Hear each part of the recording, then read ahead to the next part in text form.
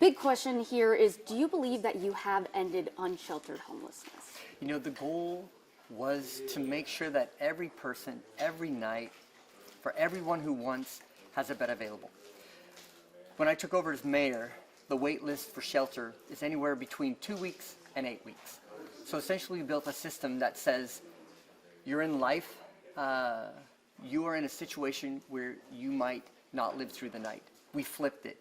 Now we have extra beds ready for anybody who's ready. And yes, so our job is to make sure that we've ended unsheltered homelessness for all those that are ready to come inside. And is the city on track to reach your goal of 1,500 beds by December 1st? Yeah. By Monday, we have 1,100 beds that'll be operational or just getting stood up. We have 400 in reserve.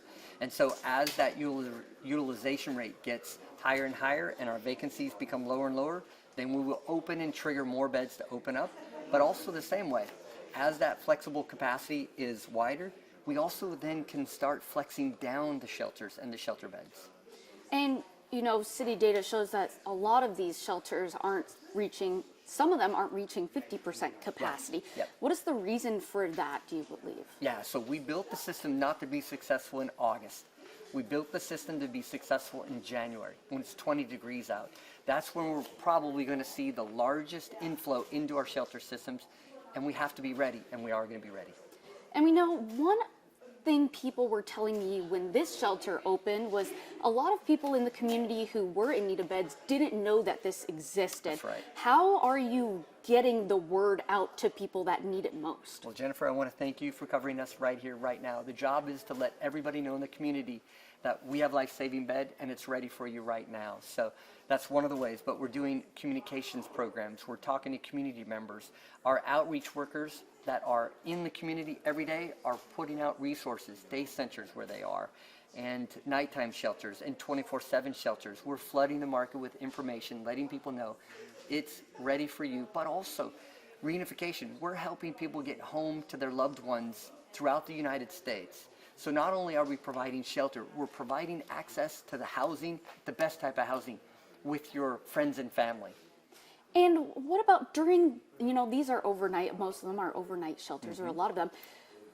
How are we keeping the people accountable throughout the day? I know that a lot of people in the community have been worried about where people are going during the day. Yeah, there are people that are working that are staying in our shelter.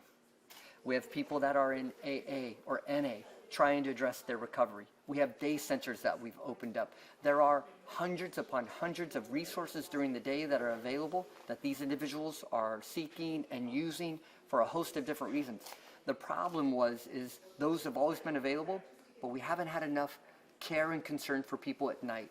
And that's what the city of Portland has come in to do, is to care for people 24 hours a day, and we're succeeding. And this comes at a time when, you know, you and the city and the county are trying to bring Portland back, trying to revitalize it. And, you know, there are a lot of critics who say bringing shelters into places like the Pearl District is not helping to revitalize Portland. What is your responses to that? I'm grateful for every community that is hosting a shelter. And we made a promise with those community members that we were going to focus on public space and public safety. We bring in street sweeping and sidewalk washing, graffiti abatement. We help with small business repairs on businesses. If there's open drug use or open drug dealing, we rush care and public safety to address it. The neighborhoods that have helped us, we've actually improved livability and safety immediately to make sure that we recognize the trust that they're providing to us. And I want to go back to the camping ordinance. How has that been since you kind of reinstated it? Right. I think it's going very, very well. Frankly, we are amazed at how many people with open warrants were hiding in plain sight. The first week that we began to enforce our no camping ban, in the sense that we were applying citations, 40% of the 100 souls that we contacted had open warrants and were arrested. We were frankly surprised by that. So those that have been preying on our community are being addressed, but more importantly, those who are being arrested have a chance to resolve what's keeping them unhoused. So it's really a good thing that we're helping bring back that sort of public space and public safety to our community. And I know a while ago you were kind of against sweeps in a sense. What kind of made you flip the switch? When I became mayor, when we're addressing homelessness and just moving people from one neighborhood to another neighborhood, nobody was being helped at all. So I really brought down and stopped enforcing any criminality because it wasn't helping anybody.